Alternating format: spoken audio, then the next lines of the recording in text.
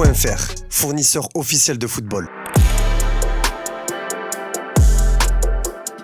Salut tout le monde et bienvenue dans ce nouveau JT Foot Mercato. On démarre avec le PSG qui l'a emporté hier soir sur la pelouse du Mans en 8ème de finale de Coupe de France. Succès 2-0 des Parisiens grâce à des buts de Désiré Doué et Bradley Barcola. Mais ce qui fait souvent parler en Coupe de France, c'est la recette de la rencontre. On a l'habitude de voir le PSG la laisser quand il affronte des clubs amateurs, alors Le Mans étant national et a encore le statut professionnel. D'ailleurs c'est pour cette raison que le club de la capitale a conservé sa part. Ce que j'aurais aimé, c'est qu'effectivement le PSG ne considère pas qu'on soit un club professionnel, puisqu'on a un budget de 5 millions d'euros. Il y a des clubs qui se disent amateurs et qui ont un budget supérieur au nôtre. On n'a plus de droits TV depuis 2 ans, on fait partie des 4 clubs en France qui n'ont plus de droits TV, et à ce titre ils auraient pu faire une exception, mais c'est le règlement, a déclaré Thierry Gomez, le président du Mans. Un petit mot sur Gvicha Kvaratskhelia qui était titulaire hier avec le PSG. Son transfert en provenance de Naples a fait beaucoup de bruit, surtout du côté de l'Italie. Giovanni Manna, le directeur sportif napolitain, a lâché ses vérités sur ce dossier. Nous avons été obligés de le vendre dans cette fenêtre parce que nous avons été contraints, je ne dirais pas victimes de chantage mais presque, de régler cette situation en janvier et il fallait le faire. J'ai lu que c'était nécessaire pour le budget mais ce n'est pas vrai. Nous avons discuté d'une prolongation importante jusqu'à 20 jours avant. Puis la dynamique du marché et la volonté du joueur nous ont amené à faire quelque chose de différent.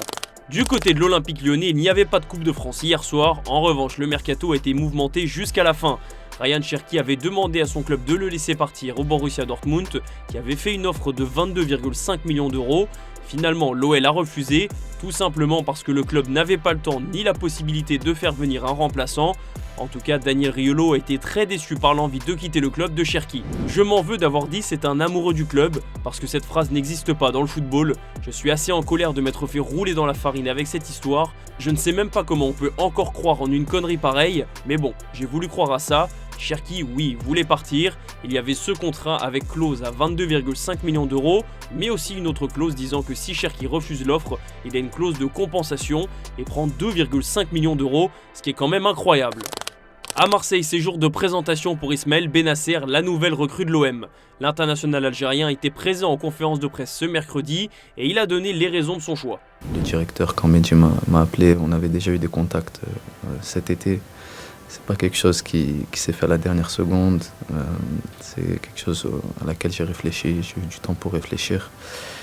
Et j'ai toujours voulu jouer, passer par là un peu dans ma carrière, c'est dans un coin de ma tête. Voilà, aujourd'hui, je l'ai fait et je suis très pressé de porter le maillot, vraiment.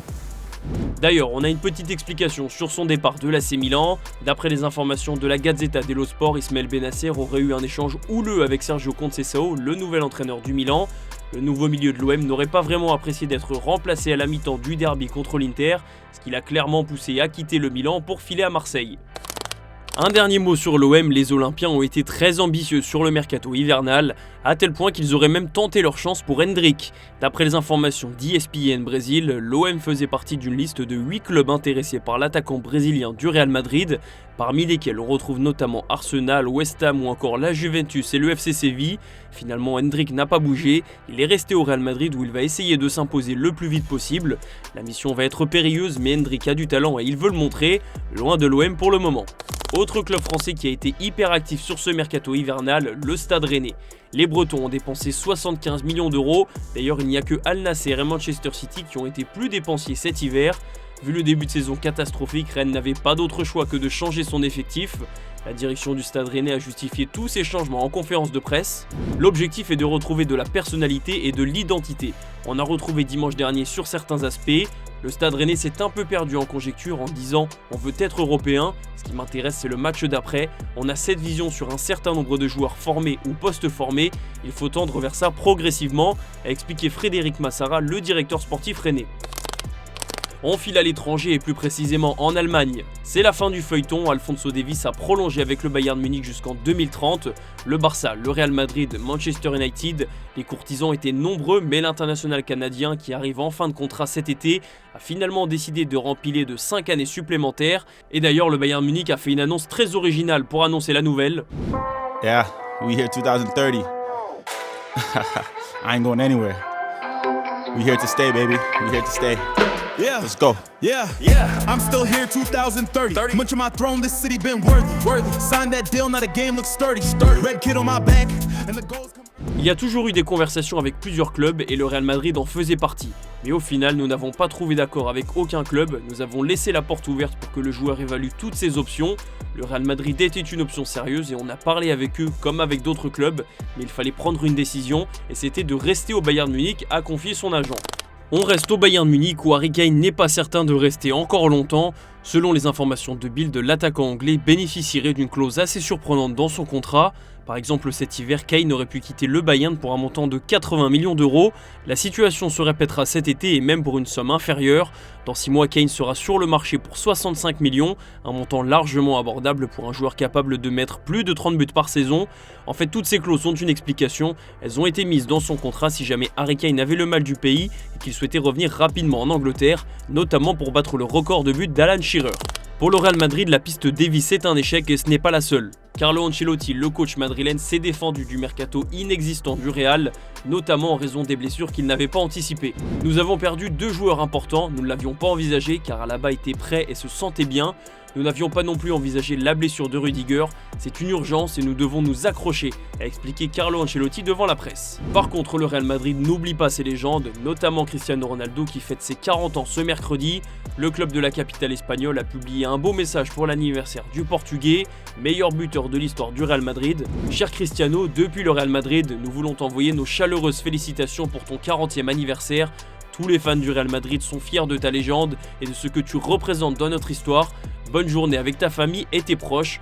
Un message qui fera forcément plaisir au principal intéressé. En parlant du numéro 7 d'Al Nasser, John Nouran, son nouveau coéquipier, va avoir une sacrée empreinte carbone. D'après les informations de The Sun, le nouvel attaquant du club saoudien va parcourir 1000 km par jour pour aller s'entraîner.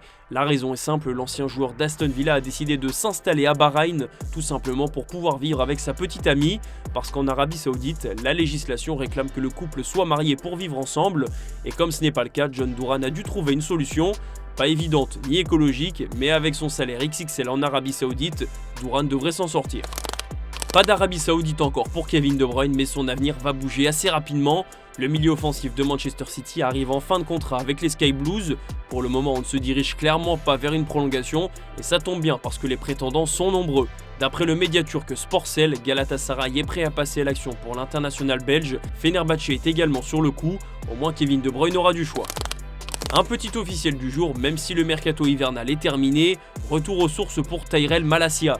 Le latéral gauche néerlandais a été prêté jusqu'à la fin de saison au PSV Eindhoven, son club formateur. Une option d'achat de 10 millions d'euros a été incluse dans le deal. Un départ nécessaire pour Manchester United qui n'a quasiment pas pu compter sur Malacia depuis son arrivée. On va finir ce JT avec l'image du jour, comme toujours. Lamine Yamal est agile avec ses pieds, demandé aux défenseurs du Deportivo Alavés. Et bah même Jules Koundé peut souffrir de son coéquipier à l'entraînement. La preuve en image, je vous laisse là-dessus. Merci d'avoir regardé ce JT et je vous dis à demain sur Foot Mercato.